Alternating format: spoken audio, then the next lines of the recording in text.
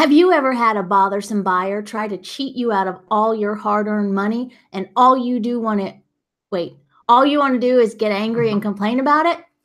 Well, that's not what we're going to talk about here. But we are going to talk about some other things that happen with buyers and how you can deal with them in an effective and productive manner. Hi there, I'm Kaaren. Just ask Kaaren, and this is my buddy, Prof Sales. He's not talking very much today because we just got back from the doctor, and guess who's got a double ear infection? I can talk a little. You can talk now. Probably a lot of people will be happy about that situation. Yeah, I think so. Like, ooh, don't have to listen to that guy. Just listen to her. So welcome to the show. Welcome to the Prof Sales YouTube channel. What do we talk about here, Kaaren? We talk about all kind of thingies, Prof.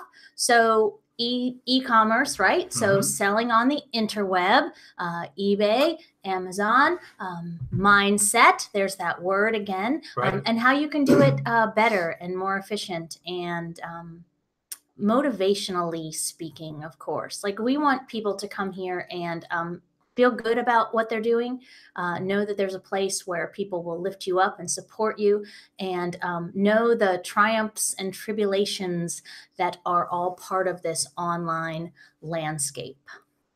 How's that? That's great. And we're glad you're here. There's a live chat going on right now. You can join in the chat and ask us a question or post a comment. And if not, after this video post, you can do the same, and we will do our best to answer them. Yeah, so we can spend a couple minutes as people come through to sort of do some housekeeping, right?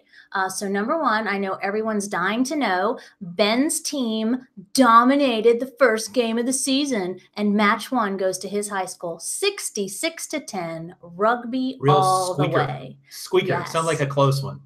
And it was so cold that my kneecaps were shaking.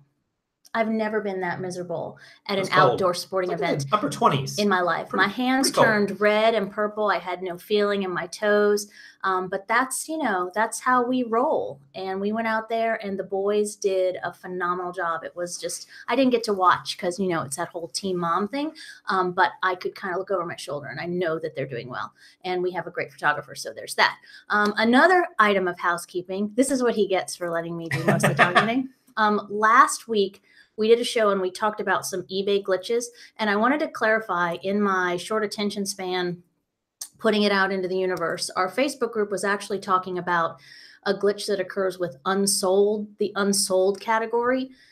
And what we kind of took off on was the ghost listings that appear. So to be clear, those occur as well, but that specific glitch that's happened of late was that all of a sudden these unlisteds or unsolds were like appearing and multiplying and showing up in the unsolds, and they shouldn't. So lesson learned, just be diligent and check all of the things. Like, you cannot leave your business only up to eBay and the way eBay keeps track of things. I think we would all agree on that. Absolutely. I wonder if there's anyone that's ever, like, even in my little store that we're building up, I've even had a glitch with drafts occur. So there's something to be said about just crossing your T's, dotting your I's, and paying attention to what you're doing.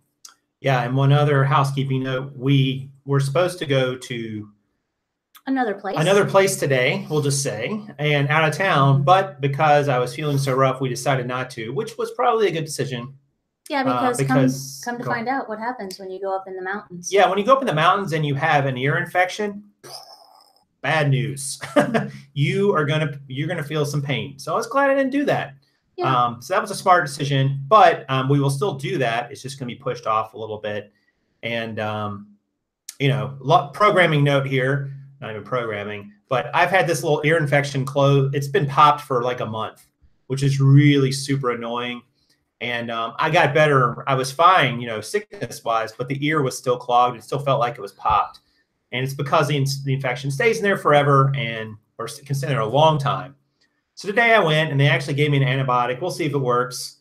But just, like, ears are nothing to mess around with. Like, you think it screws up your equilibrium. Like, I'll bend over and then stand up and I'm like, whoa, what just happened? So it's a thing.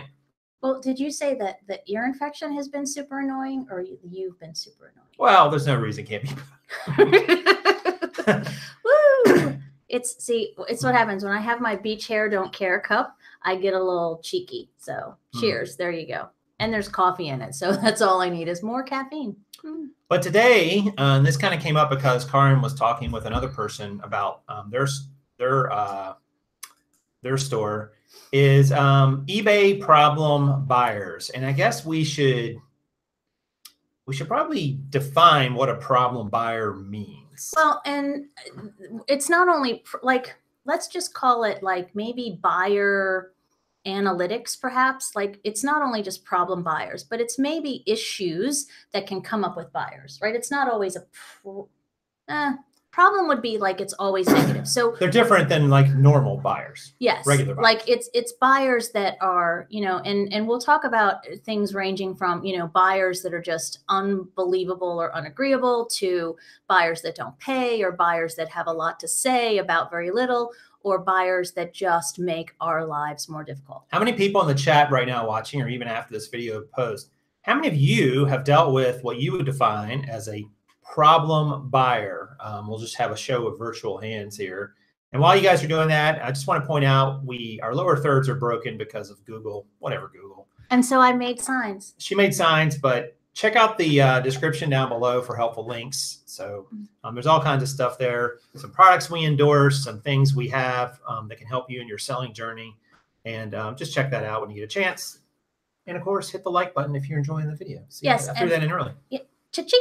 And I always have my eye patch, so I could literally sit here like this, like, argumenters. Yeah. So first things first, we should probably define the type of buyer that we're going to talk about today. And then we'll kind of hit, because everybody is sort of putting some great suggestions in the chat. But I think it would be safe to say that anything that's not smooth sailing, right? Anything that's not, anything that goes beyond just the cha-ching, and you send it and it goes and it's done, and then because in a perfect world, you would list an item, you would provide enough information, enough photos, enough description. The buyer would have all the information they needed. It would be at the price they want, in the shipping conditions and return policy they want. They buy it, they give you the money, you ship it, they get it, they're happy, you're happy, move on. That to me is like the perfect transaction. And to be honest, that is what happens the vast majority of the time. That I can't put a number on it, but it's up in the 90 percentile somewhere. Like, that's what happens most of the time. However, there is that other degree of buyers that there are certain things that break down in that process. I don't know what percentage of buyers it is, but there's a lot of different ones that come into play. And we don't have a spreadsheet for it. So some people have already chimed in with some ideas. Skip says high maintenance. Yes. Which would be a buyer that primarily, and I think we should probably point out, I just thought about that when he said that, that there's buyers who can be a problem for you before the transaction, and then sort of right after it's done, and then even afterwards. So there's kind of almost three categories, at least two categories. But there's ones, so let's talk about the ones that can be a problem before the transaction even occurs. What do you think? Let's do mine first, because I've already encountered. So I sold more things, right? I think I'm up to like 7 or 8 items. I've like sold half of my inventory, right? I think I've had like 15 or 16 listings, and I've sold like 8 or 9 of them now in the course of 2 weeks. And I've had my first problem buyer. And I wonder if it's not even like an on-purpose robot testing my skills. But eBay robot. I'm fairly easy when it comes to negotiating. So everything for my store has been, or my personal, it's not a store. The second, this account is not. So it's been, make me an offer. And I pretty much folded on just about all of them, except for I went back and forth over the weekend. I'll tell you about that later. But this particular one offered me an amount less than what I had the item for sale. Right, of course. And, it didn't cost me anything. I'm like, sure, whatever. So this was Thursday. 24 hours later, so we get up to the 48-hour mark, and they haven't paid. I accepted the offer. It should have gone through. I went and I looked at what kind of a buyer they were, and they've gotten, great reviews. And Jason was, of course, quick to point out, well, a lot of those reviews, one, don't matter so much because they've become automated. Right. So you may or may not be getting the true picture of what kind of a buyer that person. But the very last one said that this person paid quickly, great experience, yay, right? So 48 hours gets here and I don't have my money. And we're talking about going out of town, and all I can think is, oh my gosh, what if this comes through and we're not here? What's Ben going to ship it? No. So we walked through, what do you do? And I had to go through and do my first, have eBay, because this one's not a store and I use my mobile phone a lot for the communications. I don't have the same options. So I'm not able to set it up on my phone to do the automatic, tell eBay to take care of it thing. Or, my only option was to have send a reminder. So I sent a reminder after 24 hours. That was doable. And then I had to actually go on my laptop to make a case. So I made an unpaid item case for the person. And I still haven't heard anything.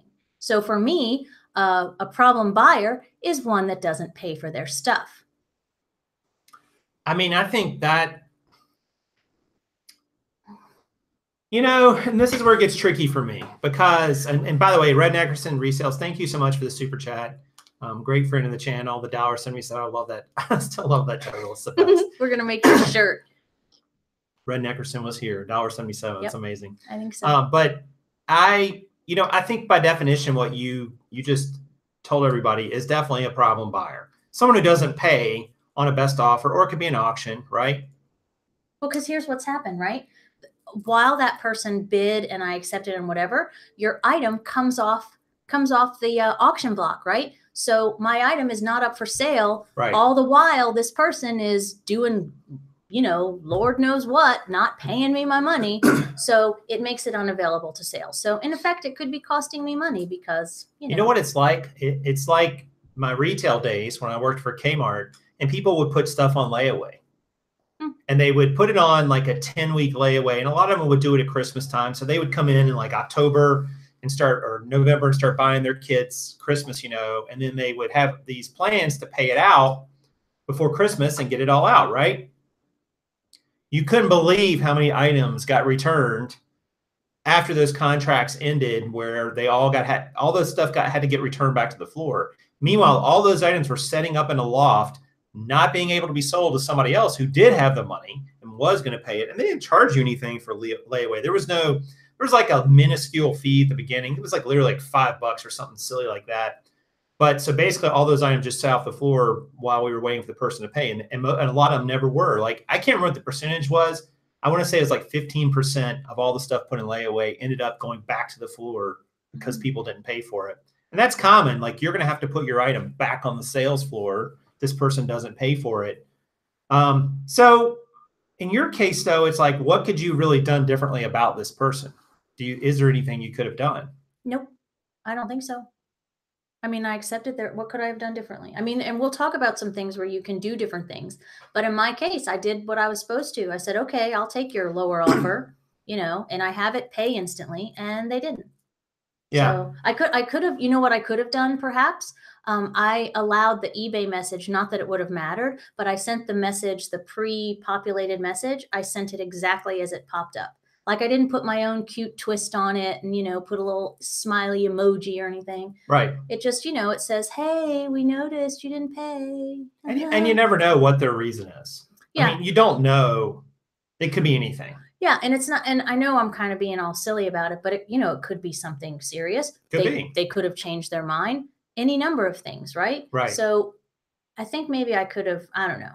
I don't know if there's really anything in that instance, but we need to move on from it. I need to get the thing off of the, not able to sell it and put it back out there. So one tip for you guys, and some of you probably already know this in the chat or watching, is the unpaid item assistant, which is an option that eBay has for you. You can use to deal with unpaid items. And basically it will go in after a set period of time, and it'll open up an unpaid item case. And then eBay will send a message to the customer as well and give them a period of time to pay for the item. If they don't, it closes out the sale. It returns all your fees to you. And it's supposed to relist the item. Now, that's the part on the back end that sometimes can be a little glitchy, I've found. But the unpaid item assistant can kind of take that off your plate, because then you don't have to worry about it. Like, okay, they didn't pay, but I don't have to send them a message. I don't have to track them down. I can just let the system take care of it automatically. Right. And Hank points out that Posh gets payment automatically when you accept an offer. So very cool. What are some other, I was thinking about some other cases of where people were problem buyers beforehand. And I think this is probably one a lot of people can relate to, is they have a million questions about anything and everything about the item. How many of you guys out there have dealt with a buyer like that, where it's like, it's the simplest thing, like you're selling them a box of sidewalk chalk, and they have all these questions, not that you would probably sell that, but all these questions about it.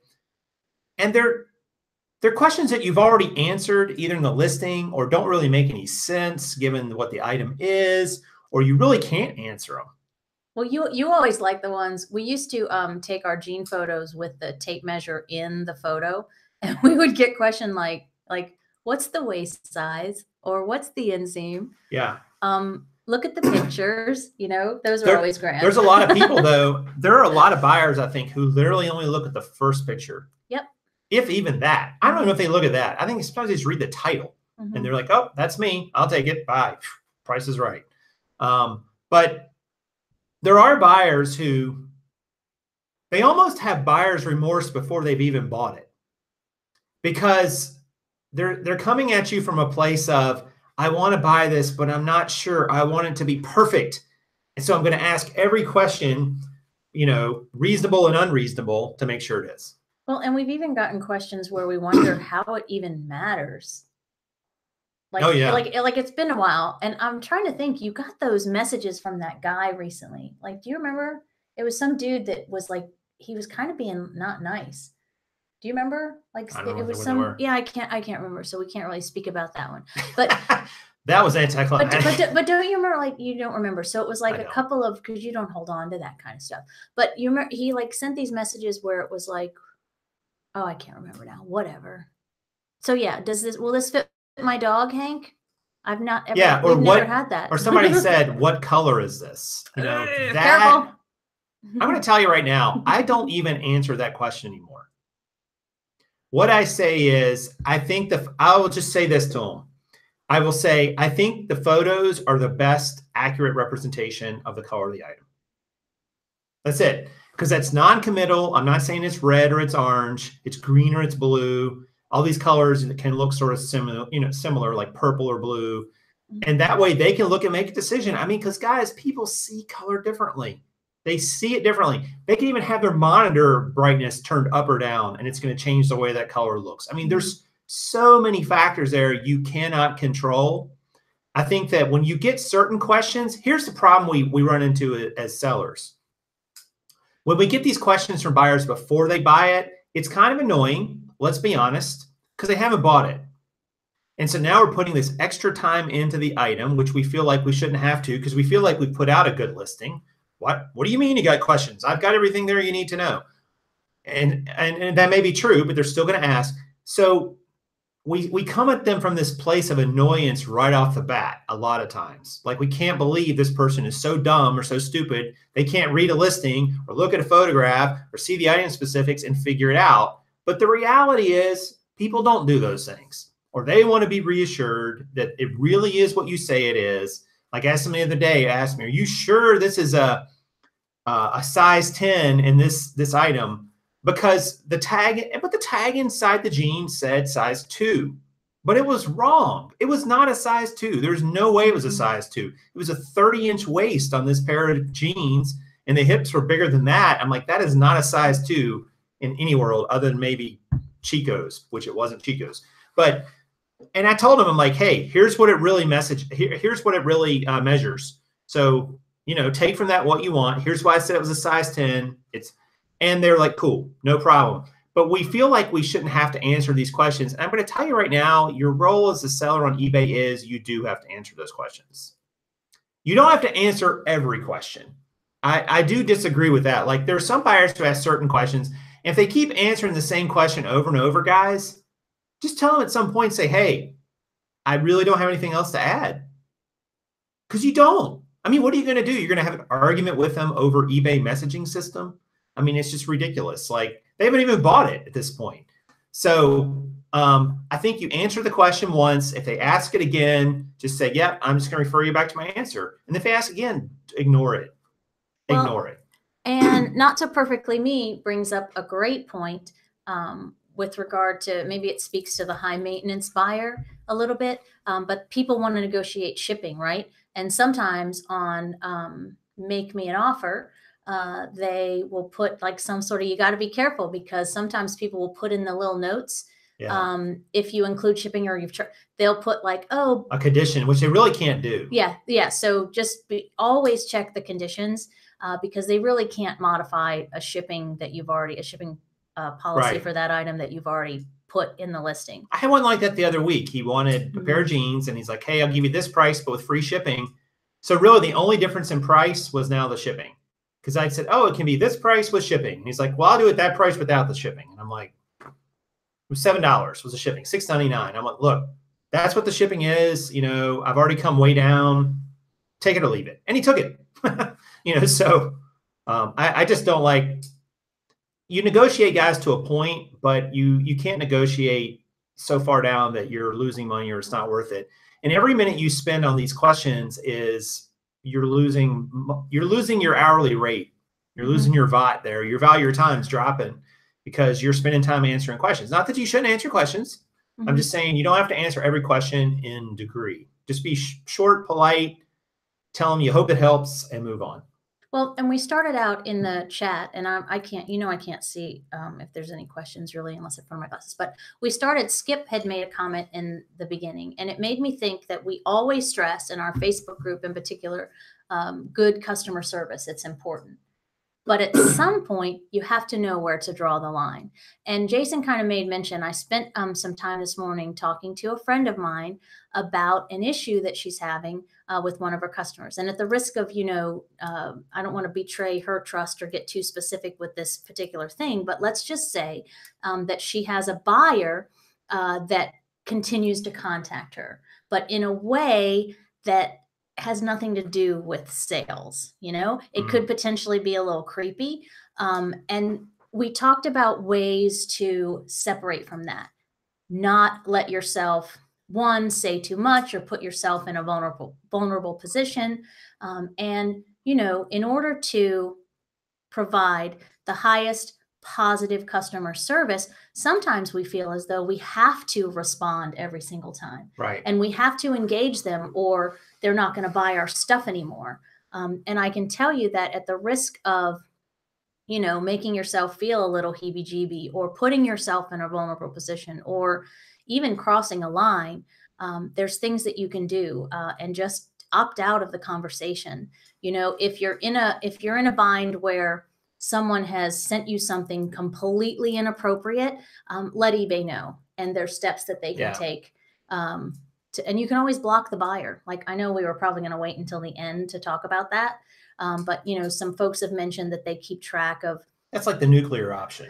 Yeah. So that's like the red phone, red button, whatever option. But, you can always do that. Yeah. And some great questions and statements in here. In the chat, Clearance Ninja says, can I get a picture of you wearing these shoes? No, absolutely not. Right. I know, right? They're really not wanting to. Right. That's something totally different. And of course it's a no. No. Let's see. There were some other ones. I got one this weekend on a best offer. Hey, this is lower price over here. Can you meet the price? And I think the response to that is just no, because you don't know what that person paid for it over there. And the buyer doesn't know what you paid for yours or has in it. And there can always be some subtle differences anyway, unless it's a brand new item. It is what it is. Things sell for different prices on eBay. You don't have to always race to the bottom with your price. That's absolutely not the best way to run your business, in my opinion. And you always kill your margins when you do that. Because if you look at any particular item on eBay, you can see a wide range of prices that they sold for. Virtually the same item, and sometimes the exact same item. So why would you always think you have to be the lowest? And a buyer who thinks you have to be the lowest should go buy from the buyer who's the lowest, is my opinion, honestly. Let them do that. It's fine. They don't have to buy from you. I like the modeling fee. Let's charge a modeling fee. The modeling fee. I will model clothes. I don't think anybody wants to see me. But yeah, if questions get a little like, just if your radar's going off, just, you know, always keep it short, sweet, and just. Well, and Adam says if you block a buyer, they can still message you. I think, Adam, I could be wrong, but I think that's only true that they can message you if they have an offer pending with you. Now, I could be wrong on that because I've had that same thing. I had a buyer and they had an offer with me, and I can't remember why I blocked them. And I blocked them, and they were still able to message, say, hey, you don't, because they were sending me this weird, bizarre messages. It didn't even make sense. That's the one. That's the guy. Oh, yeah. Like, you know, this is, I can't remember what he was saying. It was really weird.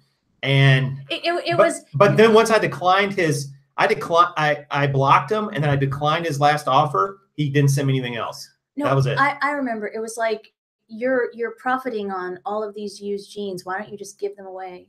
That was that guy, right? He was like going off on some weird political thing. Like, yeah, and it almost started getting kind of a little threatening. And I was like, all right, you're done. We're done. And he didn't buy anything either. And somebody mentioned earlier about low ball offers. Now, this is, again, we're still before the sale has taken place, right? I got a little beef with this low ball offer term because, all right, guys, now be honest. We are resellers. Most of the people watching us right now, and they're going to watch this afterwards, are resellers. And we go and buy things from estate sales, yard sales, thrift stores, consignment shops, all kinds of places. And I'm going to dare say that most of us have made some pretty low ball offers to try to buy things for sourcing purposes, right? I have, guilty as charged. Mm-hmm. And that's because we want to see kind of where the seller's at. So, and low ball, by the way, is a very subjective term. That you know, it's a very subjective term. But I know we all think our you-know-what doesn't stink when we post it on eBay. But let's be realistic. Just because you post something listed at $50 and somebody offers you 20, so what? Like, so what? Like, they're testing you. They're testing you because that your item could have been up there for a year at $50 and you're desperate to sell it and nobody's made you an offer. And all of a sudden they say, well, let's see, or they'll see if they'll negotiate. Why not negotiate with them? Like I think making a low, because if that person offered you $40 on your $50 item and you instant accepted, they would feel like they left some money on the table. They probably could have gotten an even better deal, right? So I don't think that low ball offers really are low ball offers. I kind of think in a weird way, they're smart buyers. I really do, because they're trying to figure out because I've had several people who've come in with a significantly lower offer than what I had on the item. And some of them go away. And usually if it's really low, I just decline it because I play a little game. I want to see if they'll make a second offer. A lot of times a second offer comes up a decent amount. Mm-hmm. Like I'll have a pair of jeans for sale for $30 and somebody, usually I have auto decline on, but let's say I don't, and somebody will offer me $10, which is a lot less than 30. I will just decline it. No reason given, nothing. Then their next offer is like 18. Now, we can start negotiating. So maybe I'll come down to 26, and maybe they'll meet me at 23 or something, or 24. So I guess my point is, like, don't always take that as an insult. It really isn't. They're just smart buyers in a lot of cases. I would do the same thing. If I was sourcing and somebody said, oh, I was like, how much for that doohickey over there? And they're like, oh, it's $100. It'd be like, would you take 40? They can say no. Oh, no, I can't do that. Then I'm going to say, well, what would you take? And then they might say, well, I could do 85. And then now we're starting to negotiate. That's all this is, the negotiation. You're trying to come together on a price. Just because you priced it at $50 doesn't mean a buyer is going to think it's worth $50. Doesn't mean you're going to sell it at $50. So I don't get too crazy over the low ball offers. I really don't. Well, and Hank reminded everybody again, one of our mantras here is that it's business. And I get that a lot of people don't like the haggle. They don't like the back and forth. But if you can just get to a point where you don't take it personally and you don't suddenly get anxious just because there's some negotiating that's potentially going to occur. Well, one, if you don't like to do that, then don't auction things and don't offer best offer, right? Don't put yourself in a position where if it makes you anxious, don't do it. But if you do, I mean, we talk about this all the time, how ironic it is that resellers balk at buyers that want to negotiate when on the daily we're doing it to acquire the things that we sell anyway. So yeah, I mean, it's just being a smart consumer. You've put best offer on there. They're making you an offer. They're making you an offer. So I just feel like lowball offers is kind of an overused, misused term. I don't even think you should use it. I think you should take it out of your vocabulary. I really do. Because really, at that point, you're saying, oh, they're a lowball. They made me a lowball offer. Like you're putting an adjective on it that's making it almost like now it's become personal. How dare they? How dare they offer me so much lower than what I've listed it for? I can't believe. Of course they did. It's just an offer. Is it lower than what you want it to be? Sure, but it's a point of negotiation. You know, you're at your highest, they're at their lowest, and maybe somewhere in between is where you meet. And Skip's actually right. It's kind of like this culturally. It's sometimes foreign to us, but just about every other country does it. You go to a market anywhere, and it's, you know, there's some back and forth to it. Sure. I mean, if you don't like quote unquote lower offers, don't use best offer. Just don't. Just put your item up there for what you think it's worth. And that's that. And sometimes you still get a message from somebody who will say, well, would you take whatever? They technically can still make you an offer through a message. And then you can respond back to them with that offer. Like if you had it listed for 40 bucks and they say, would you take 30? And you would, you can respond back to them with an offer of 30 and then they can accept it or not. So I don't get all crazy about lowball offers or lower offers. Like it's just them trying to be a smart buyer. Yeah, and Ninja's absolutely right. An offer of $5 with free shipping is a charity donation. Like that's just not going to fly, right? Right, of course not. But I would recommend if you don't want to deal with those, put auto decline on your offer on your items. Just say auto decline any offer below this amount, and your buyer doesn't know what that amount is. They just know their offer got declined. But they're probably going to start inching up depending on how much your offer is. Like if your item's $100, they might inch up another $10 or $15. If your item's only $20, they might only go up another $1 or $2 because they want to see where that sweet spot is. And that was cute because on that third purse that I sold, that's exactly what happened because it popped up and it said that one of the offers had been declined. And I said, I didn't decline it. And I had forgotten that on these higher item things, I put in an auto decline. So, and one of the Edward said, asked the question earlier, and I don't know if anybody chimed in, but the question was, do you find that buyers who ask more questions are more likely to give negative feedback? And I would say that buyers who ask unanswered questions are more likely to either not buy or leave negative feedback. Yeah. How's that? I've had several cases, and I don't know about you guys, where someone's asked me a question like in the middle of the night and I was already asleep. And the next morning, not like that, on eBay. No, I didn't mean it that way. But I know you will, like he doesn't remember any conversation after 10 p.m. So we need to like put some auto thing on your phone where you cannot communicate with anybody outside of no, you can't. What I was going to say is I did not communicate with them. They send me a question in the middle of the night when I'm asleep. So I don't really have a way to communicate with them the next morning. And then I wake up and realize they've already bought it. They've already bought it. That has happened so many times because they really wanted to get it and they couldn't get me my response quick enough and they just went ahead and bought it anyway. I don't think that I don't know. I mean, most of the returns I get, I'm a clothing seller, doesn't fit. Let's be honest. I could put 3,000 measurements in a listing. Doesn't mean that somebody's going to get it and it's going to fit them the way they thought because it's just the way it goes. I mean, there's plenty of women's jeans, for instance, and you know this, there's plenty of jeans that you like this brand and this fit and this size. And then you go to the store and you try on 3 pair of them and they all 3 fit a little differently. And it can be the exact same pair. So why would it be any different on eBay? They buy it from you and it's like, well, it fit a little differently. And I just don't like it. Thanks for giving me credit for knowing a little bit about women's jeans and I give you how all the they credit. Fit and all that.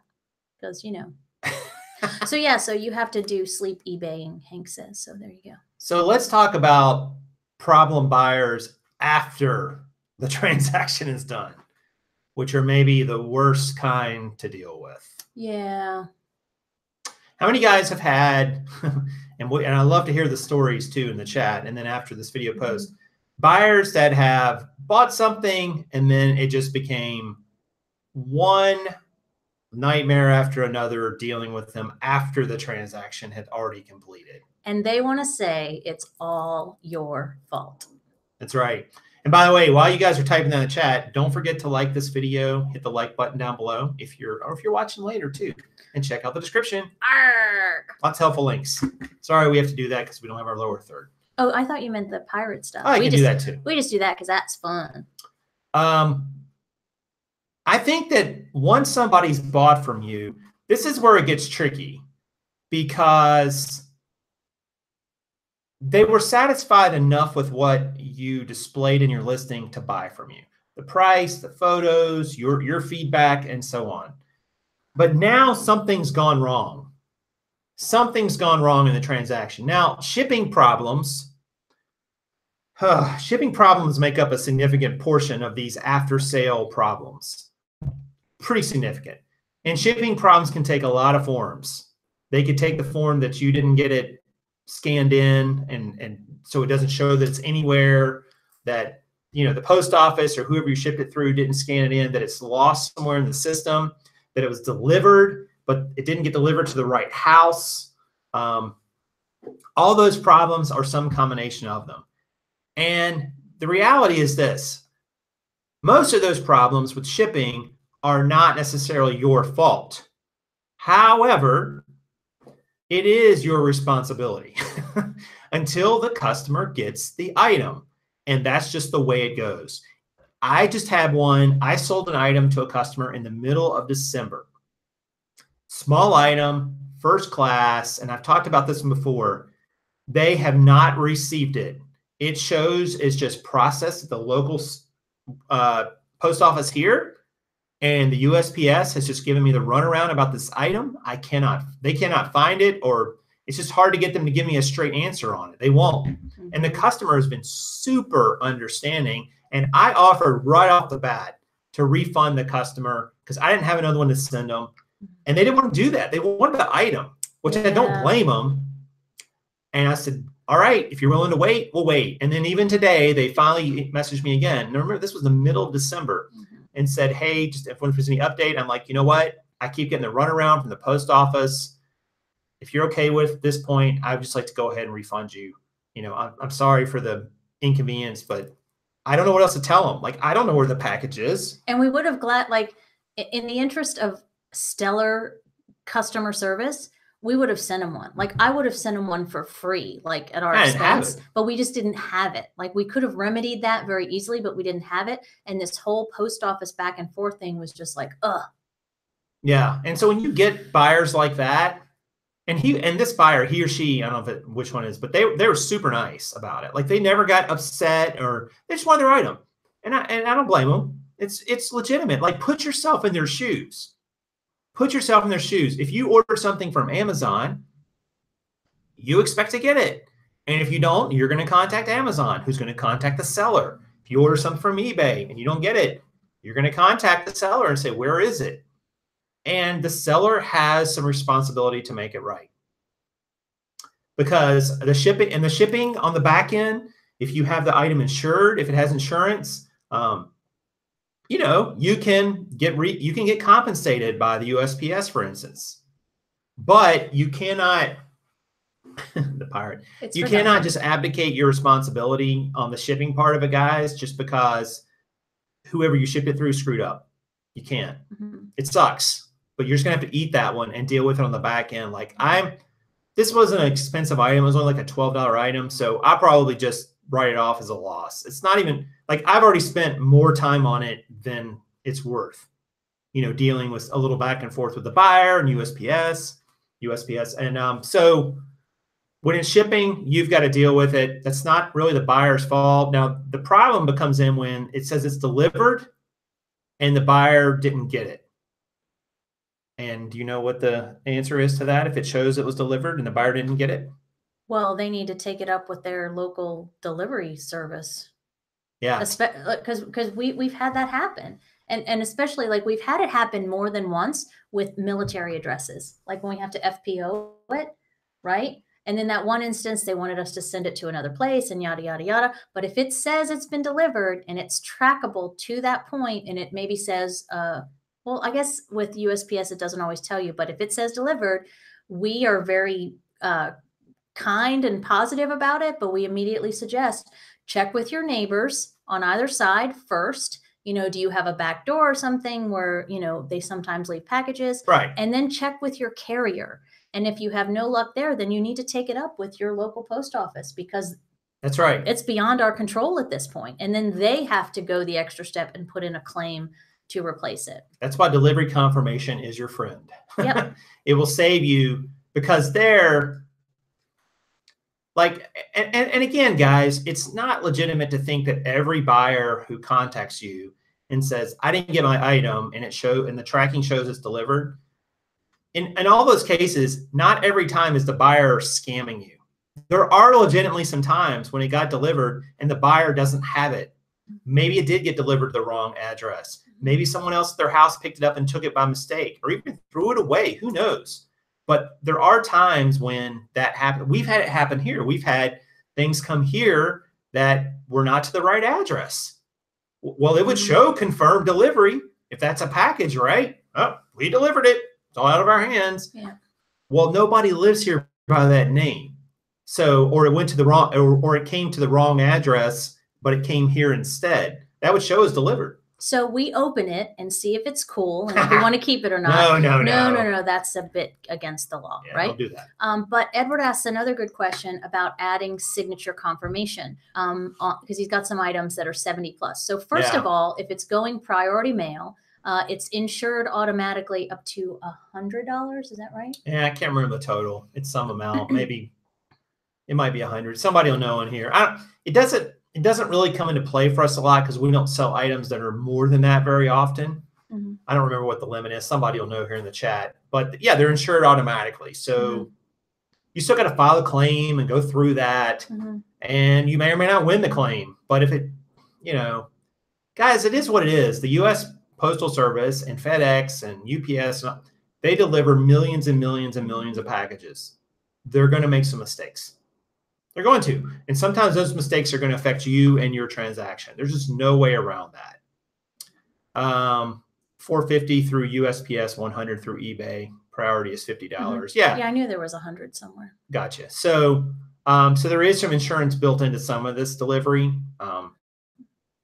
But I just think that like delivery problems make sellers more angry than anything. And I don't know.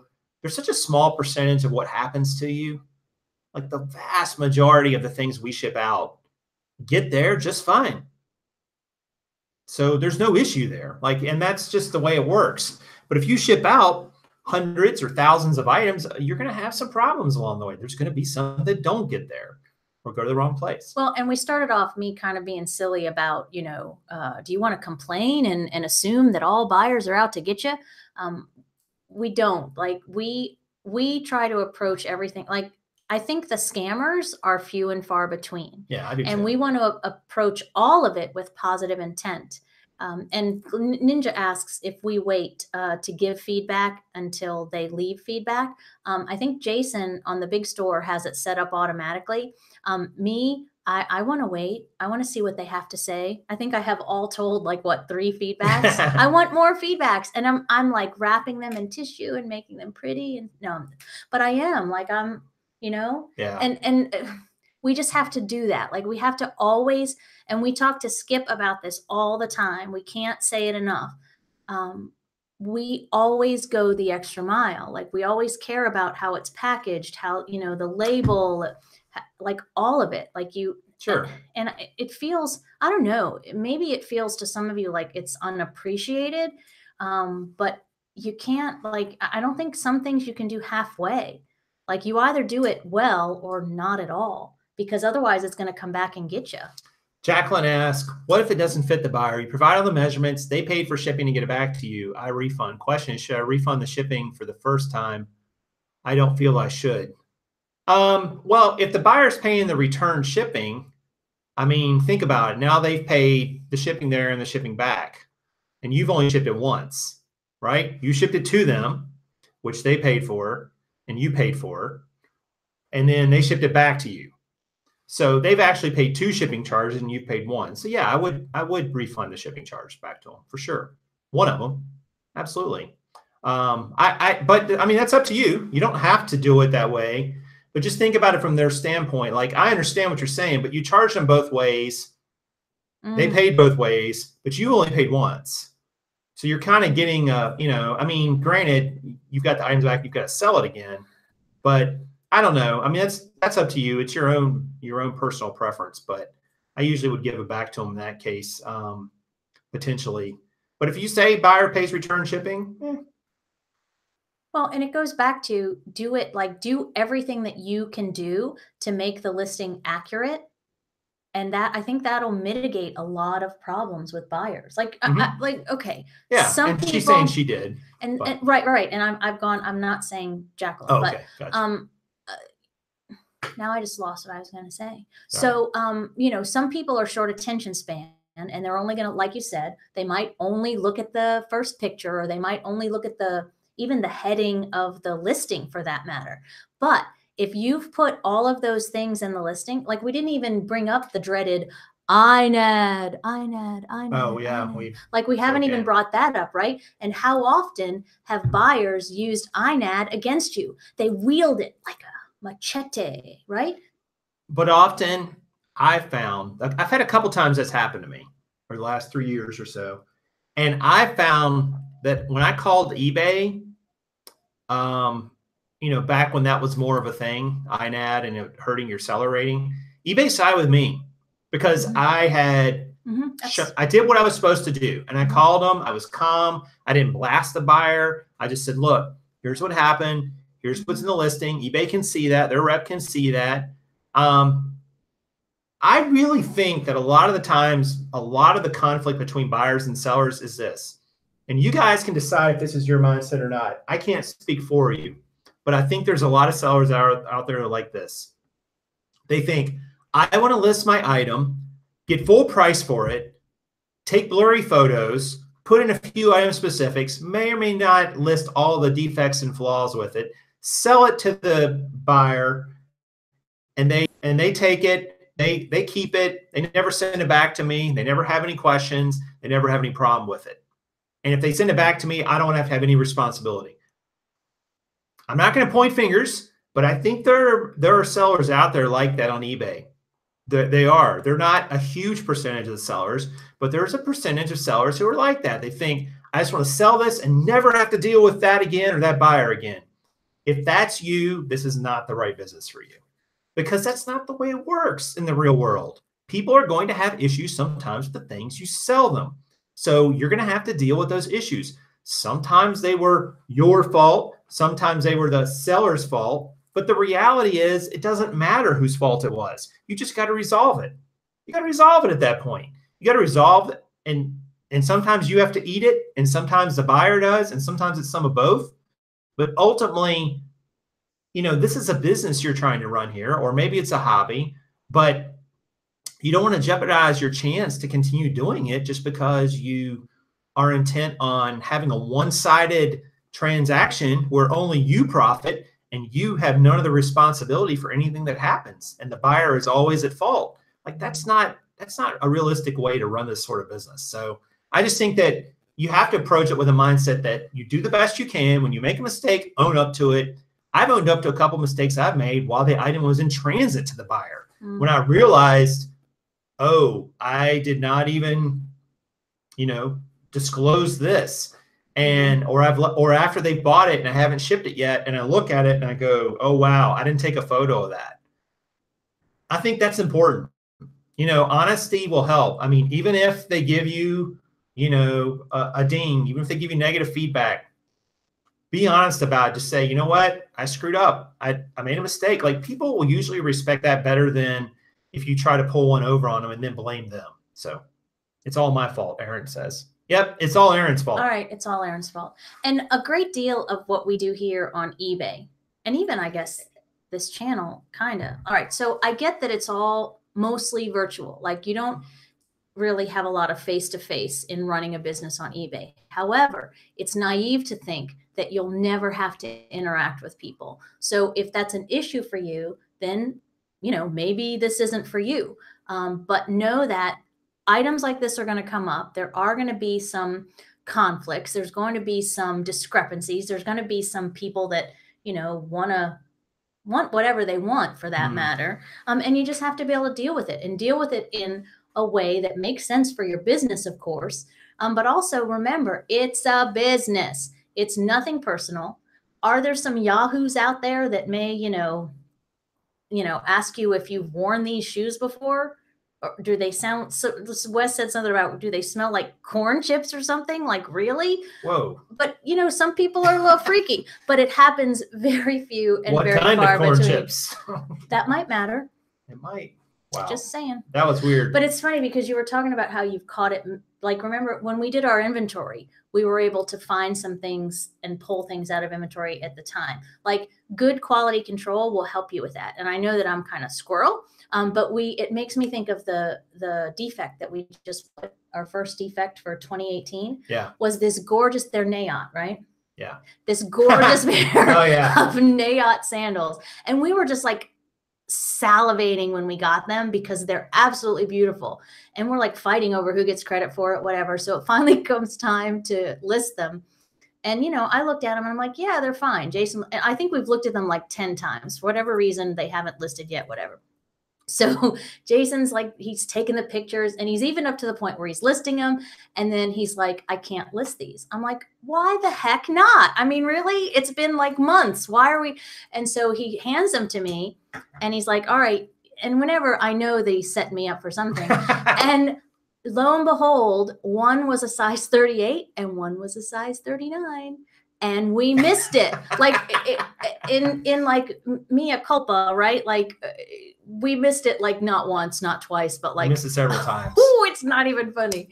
So yeah.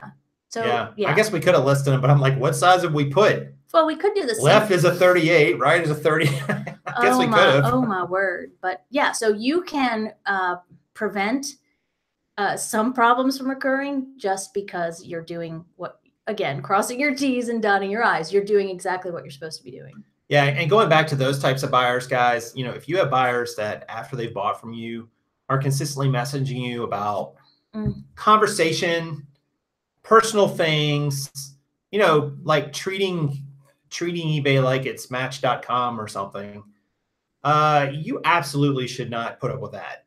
That's not, like, first of all, it's a waste of your time. Second of all, it's a little freaky because they do know where you live. And third, it's inappropriate, you know, it's a business, it's a business transaction. Like, this is not, my buyers have business rights with me, but they don't have personal rights with me. Like, they don't have the right to ask questions about me personally or to attack me, obviously, or anybody here. I mean, they can ask about things I have for sale, and that's it. So I'm not going to go any further. Any further than that, I would just ignore them or even block them or report them. Yeah, and that's exactly what Illinois Picker added there. Whatever it is, learn from it, report it, block them. But what's the most important thing with a big capital M? Move on, move forward. Don't dwell in whatever that negative place was because there's no growth there. Like, what are you going to do? Like, commiserate over this difficult buyer for like the whole year? Right. No, we're going to learn from it. If anything even smells a little bit similar, we'll know how to react, maybe better in the moment. And then again, move forward from it. Yeah. Skip even says get a mailbox, like, which is an option because then people don't know your address. Well, it's an option, but it also costs money. And it does. For some smaller sellers, you know, whatever, a couple $100 a year or whatever and it is. It's inconvenient. You got to go to the box and right. You know, if something gets delivered to you that's bigger than the box, you have to go to the window. I mean, it creates its own set of issues. But if you're really that worried about it, that's what you should do. But you don't have to get this post office box. You can get ones at UPS and some of these other places and so on. But ultimately, guys, like, problem buyers often aren't really a problem. It's just what you make of them. It really is, because I didn't say this earlier, but a lot of people too that are causing you grief as a buyer, it's because they got a lot of grief and stuff going on in their own life. And you just happen to be the most accessible target at that moment. So they take it out on you. It's not even the product or the sale or the transaction, because most people, I mean, think about what most of us are selling here. Most of us are selling lower dollar items that aren't going to break anybody's, bank account if it goes south. So ultimately there's not that much invested in them, pre-owned clothing or a pair of socks or shoes or whatever. What's the harm if somebody doesn't really get it here? So when people get that mad or that upset, you can know that it's coming from somewhere else, and there's nothing you're going to be able to do other than kill them with kindness the best you can. If they still refuse to, acquiesce or calm down, you just have to report them and move on, because you don't have time for that. Like, you're not their psychologist. No. And what we've learned from today is that everything is Aaron's fault. He'll be giving free hugs in 2018. Oh, wait, I read that wrong. eBay's giving free hugs. I'm just kidding. Oh, free hugs in 2018. I'm just kidding. Along with new payment processors, right? So. Yes, intermediation is my new word for the week. I don't have any problem buyers. They like me so much they come back. 0 return rate. That's awesome, Duncan. You are the anomaly, because I don't think most of us can say we have a 0% return rate. Really, Duncan? 0? Well, Duncan sells a very specific item, like his historical postal. I don't guarantee not to make people upset or return it. Like he's uber specific, and it's like I can see why he wouldn't have a return. All right, guys. Well, thank you so much for coming out on a Monday. We had over 100 people here. That's awesome for a Monday. What should they do if they like the content? Oh, yeah. Smash the like button, mateys. Check out the links below in the description for all sorts of helpful stuff too, guys. We're glad you guys came out, and I hope you have a wonderful rest of your Monday and a good start to your week. Yes, go out there, kill it, do all the things you want to do, learn, grow, be productive, and sell all the thingies. All the thingies. All the thingies. As always, get your sign. This is Just Ask Kaaren. And Prof Sales saying good sales to you.